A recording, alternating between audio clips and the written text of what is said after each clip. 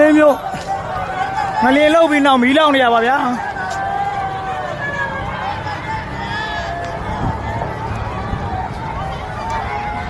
မန္တလေးမြို့မှာ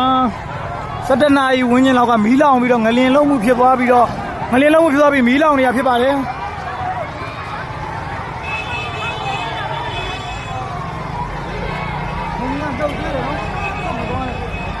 ငလျင်လှုပ်ပြီးနောက်မီးလောင်မှုဖြစ်ပွားနေပါလေမန္တလေးမြို့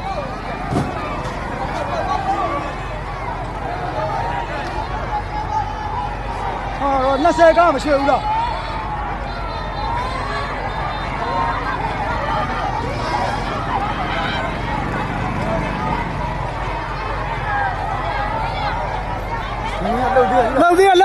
လှုပ်သေးရတော့ငလျင်လှုပ်သေးရတော့ထိုင်းလေလူကြီးရဲ့ကလေး